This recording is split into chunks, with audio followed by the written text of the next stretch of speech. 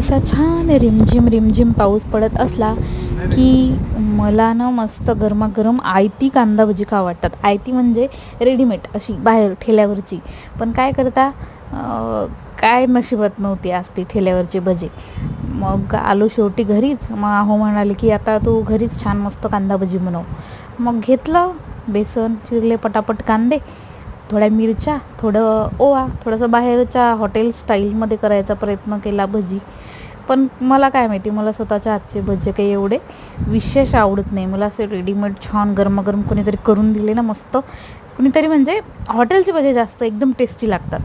पण मग तरी म्हटलं आता चला आता खायचेच तर मग आता बनवूया. छान उभा उभा कांदा चिरून मस्त त्यात बेसन टाकलं, मीठ टाकलं, ओवा आणि हिरव्या मिरच्या चिरून टाकल्या, बस बाकी काहीच नाही. आणि मस्त असे कुरकुरीत होईपर्यंत तळून घेतले.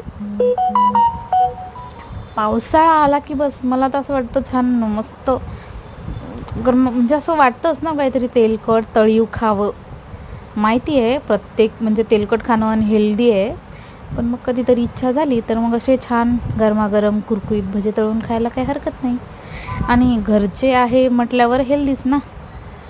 बाहेरचं कसं तेल काय वापरतात काय माहीत नाही, पण तरी ते बाहेरचे एवढे चविष्ट लागतात की असं वाटतं घरी नको करायला.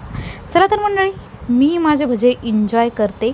तुम्ही पण छान असे कुरकुरीत भजे करून बघा आणि फन अँड फूड ब्लॉग चॅनलला सबस्क्राईब करा. Thanks for watching.